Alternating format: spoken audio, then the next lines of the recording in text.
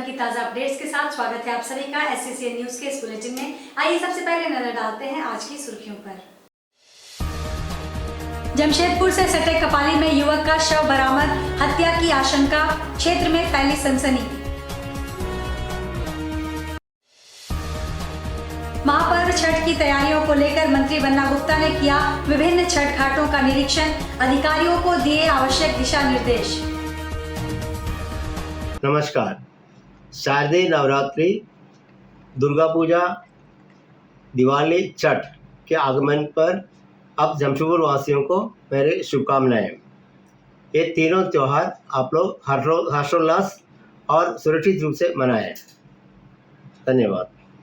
खबरें अब विस्तार से। सरायकेला खरसावां जिला अंतर्गत चांडिल अनुमंडल क्षेत्र के कपाली में एक 35 वर्षीय व्यक्ति का शव गुरुवार सुबह बरामद किया गया है। मृतक की पहचान हंसा डोगरी के रहने वाले निर्मल माझी उर्फ लूथू माझी के रूप में की गई है। प्राप्त जानकारी के अनुसार कपाली ओपी क्षेत्र अंतर्गत हंसा डोंगरी स्थित चांद होटल के समीप दिगारी घाट की ओर जाने वाले मार्ग पर सुबह स्थानीय लोगों ने शव को देखा, जिसकी सूचना कपाली पुलिस को दी गई। मौके पर पहुंची कपाली पुलिस द्वारा छानबीन शुरू की गई तो पता चला कि मृतक हंसा डोंगरी का ही रहने वाला है।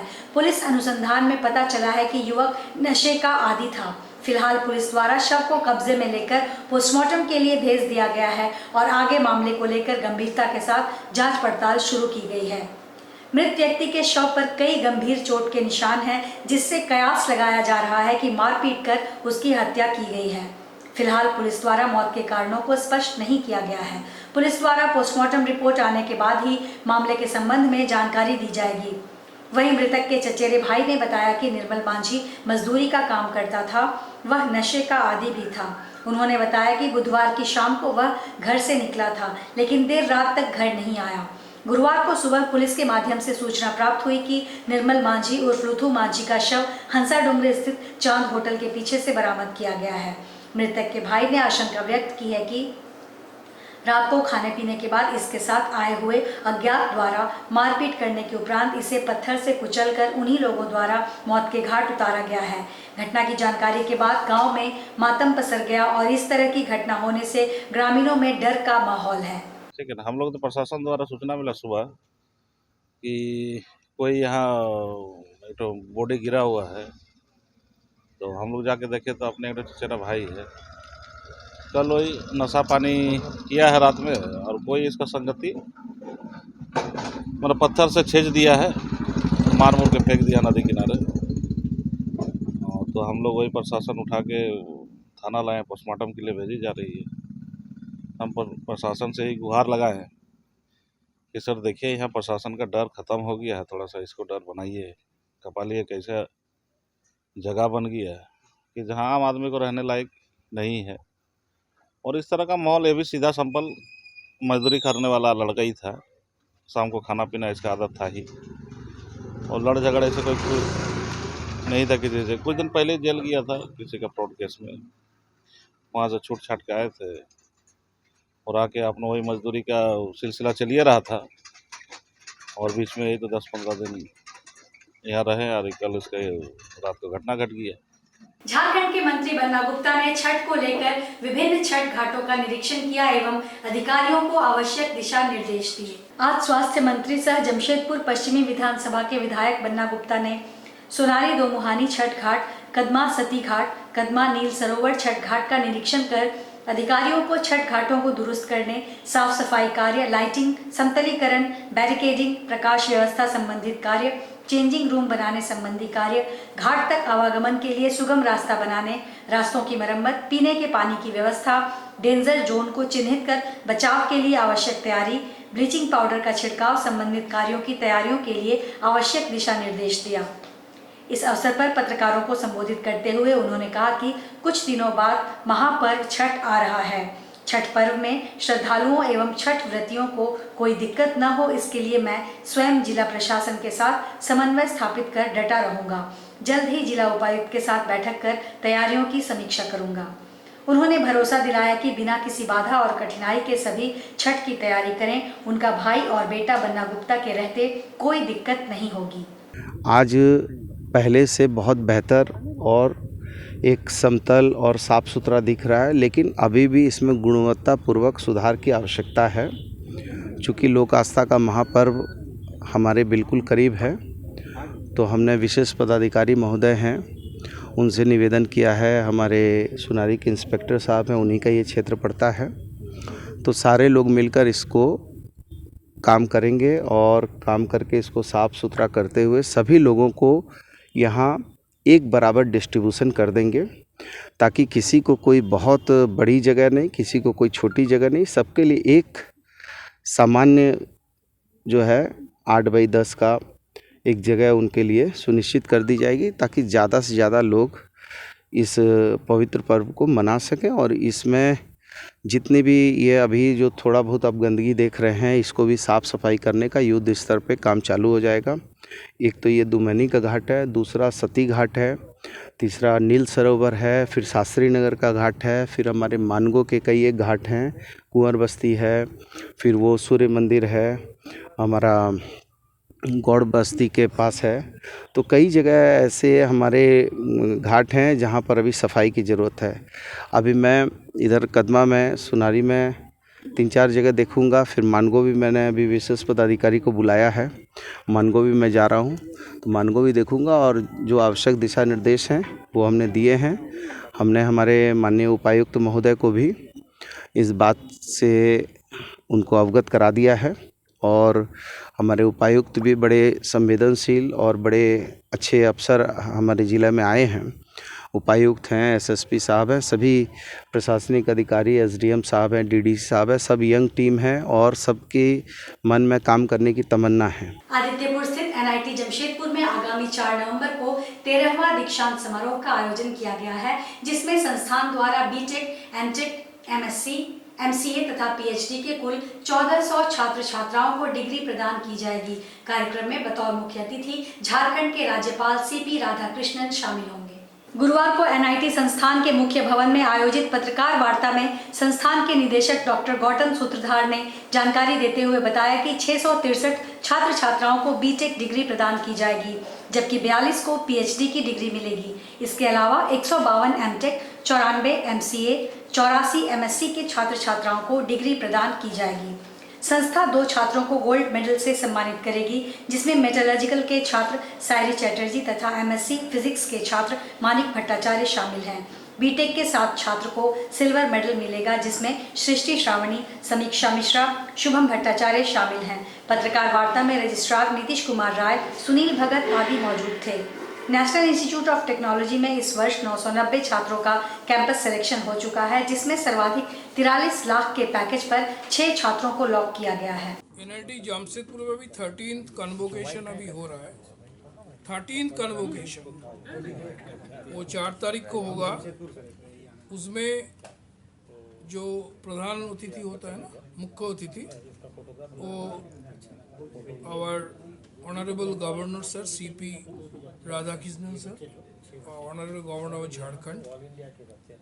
एंड उसमें जो 2 गेस्ट ऑफ ऑनर रहते हैं, उसमें एक है सेंट्रल यूनिवर्सिटी ऑफ झारखंड का vice chancellor professor KB. Das, and another one from industry Shri Anil Kumar Singh. He is the president of JSW group, Bhushan power and steel, JSW Utkal. And our chairman sir, chairman BOG, Board of Governors, Mr. T. Krishna Prasad sir will be there as the chairman of the board. And इसमें total लगभग 1040 student का different discipline में देना degree मिलेगा। उसमें 42 PhD, 158 MTech, 93 MCA, 84 MSc and 663 BTech students इसमें degree मिलेगा। पूर्वी सिंहभूम के चाकुलिया प्रखंड में 11,000 वोल्ट बिजली तार की चपेट में आने से एक मादा हाथी की मौत हो गई है। मादा हाथी 2 दिन पहले 11,000 वोल्ट बिजली की चपेट में आई थी। उसके बाद घायल अवस्था में उसकी मौत हो गई है। हथिनी का शव चाकुलिया प्रखंड के ज्वारभांगा गांव के पास खेत में पड़ा पाया गया। सूचना पाकर वन प्रमंडल पदाधिकारी ममता प्रियदर्शी, वन विभाग के पदाधिकारी और कर्मचारी के साथ घटनास्थल पर पहुंची। हथिनी के शव का पहले पोस्टमार्टम किया गया। पोस्टमार्टम के समय ही हथिनी के दोनों दांत को वन विभाग ने कटवाकर सुरक्षित रख लिया। हथिनी के शव का पोस्टमार्टम बहरागोड़ा के पशु चिकित्सक पदाधिकारी डॉक्टर राजेश कुमार सिंह और चकुलिया के प्रखंड पशु चिकित्सक पदाधिकारी डॉक्टर मनोज कुमार महंत ने किया। इसके बाद हथिनी के शव को वन विभाग ने दफन करवा दिया। डीएफओ ममता प्रियदर्शिनी ने मृत हथिनी के शरीर पर पुष्प अर्पित किया। डीएफओ ने हथिनी के दफनाए हुए जगह पर पूजा अर्चना की और इसके बाद पीपल के पौधे का रोपण किया। इस दौरान डीएफओ ममता प्रियदर्शी ने कहा कि उन्हें सूचना मिली कि हथिनी की मौत हो गई है।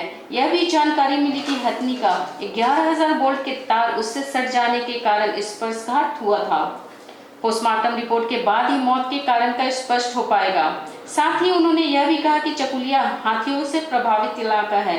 कई जगहों पर विद्युत विभाग की लापरवाही से बिजली के तार झूलते रहते हैं, जिससे हाथियों को खतरा बना रहता है। बिजली की तार से हथिनी की मौत हुई है। इस पर जांच उचित कार्रवाई की जाएगी। आज सुबह बहुत सुबह ही लगभग 4 साढ़े 4 बजे एक दुखद समाचार मिला, जिसमें पता चला कि एक हथिनी की मृत्यु हो गई है। मृत्यु का कारण 11,000 वोल्ट इलेक्ट्रिक लाइन से शॉक लगने की वजह से, जिसकी वजह से कार्डियक अरेस्ट हुआ है, ये बताया जा रहा है। बाकी पोस्टमार्टम की रिपोर्ट आने से इसकी पुष्टि की जाएगी। लेकिन प्रायः हम देख रहे हैं कि 8 मीटर्स या उससे नीचे ही वायर्स पाए जा रहे हैं। तो इसके लिए एग्जीक्यूटिव इंजीनियर इलेक्ट्रिसिटी को अभी एक सख्त हिदायत दी जाएगी। उनसे पहले भी रिक्वेस्ट किया गया है, इसके पहले भी ऐसी वारदातें हो चुकी हैं, लेकिन अगर उनकी लापरवाही इस तरह होती रहेगी तो उनके विरुद्ध भी कार्रवाई की जा सकती है। रोमन कैथोलिक ईसाई समाज के लोगों ने गुरुवार को ऑल सोल्स डे पर कब्रिस्तान जाकर पूर्वजों को याद किया। अपने पूर्वजों की कब्र पर कैंडल जलाकर उनकी आत्मा की शांति के लिए प्रार्थना की। इसे लेकर बेल्डी कब्रिस्तान में खासी चहल पहल रही। सुबह से ही बेल्डी के अलावा भुयाडी स्थित, बाबूडी व करंडी स्थित जसकंडी कब्रिस्तान में समुदाय के लोगों ने अपने पूर्वजों की कब्र पर फूल चढ़ाए, मोमबत्ती जलाई और वहां बैठकर उन्हें याद किया। मृतात्मा की शांति के लिए प्रार्थना की गई। कैथोलिक में मान्यता है कि मरने के बाद व्यक्ति संत हो जाता है। उनके अच्छे जीवन और शांति के लिए हर साल 2 नवंबर को यह पर्व मनाया जाता है। पर्व के लिए पहले से ही कब्रिस्तानों की साफ सफाई कर ली गई थी और पूरे कब्रिस्तान परिसर को सजाया गया था। इस बारे में चर्च के फादर ने बताया कि यह पर्व अपने मृत पूर्वजों, मित्रों, रिश्तेदारों की आत्मा की शांति के लिए मनाया जाता है। इस दिन कब्र में फूल चढ़ाकर, अगरबत्ती जलाकर पूजा की जाती है और अपने पूर्वजों के प्रति आदर व्यक्त करते हुए ईश्वर से प्रार्थना करते हैं कि उनकी आत्मा को शांति प्रदान करें। धर्म के जानकार लोग कहते हैं कि इस दिन स्वर्ग में बैठे उनके अपने लोगों की आत्माएं उनके लिए दुआ करती हैं। वो इस बात का एहसास दिलाती हैं कि वो वहाँ बेहद खुश हैं। दरअसल ऑल सोल्स डे फ्रांस की देन है, जिसे 998 एडी में पहली बार मनाया गया था। छोटे स्तर पर लोगों ने मरे लोगों की आत्माओं के सम्मान में इस दिन को ऑल सोल्स डे के रूप में मनाया था। माना जाता है कि इसकी शुरुआत पहले बेहद छोटे स्तर पर हुई थी, लेकिन 1 दशक के अंदर ये दिन विश्व भर में मनाया जाने लगा। मृत वासियों का पर्व मनाया जाता है। जितने भी हमारे परिवार से जो मर जाते हैं, उनके यादगार में आज हम लोग उनकी आत्माओं की शांति के लिए हम लोग मोमबत्ती सब जलाते हैं और उनको आज हम लोग याद रखते हैं। यही है हमारा। जैसे कि हमारा ईश्वर मृतकों में से तीसरे दिन फिर से जी उठते हैं, हम लोग भी वैसे ही विश्वास करते हैं कि हम लोग भी एक दिन हम लोग भी जी उठेंगे। आज उसके याद में सब लोग दूर दराज से आ जाते हैं और अपने पूर्वजों की आत्माओं की शांति के लिए, और जितने भी लोग जो इस पृथ्वी पर से स्वर्ग इससे सिदर गए, उन सभी आत्माओं की मुक्ति के लिए आज हम लोग पूरे संसार के मृतवासियों के लिए हम लोग प्रार्थना करते हैं। आज के इस बुलेटिन में बस इतना ही। हम फिर हाजिर होंगे कुछ और नई खबरों के साथ। तब तक के लिए SCCN न्यूज की पूरी टीम की ओर से मुझे दीजिए इजाजत। नमस्कार।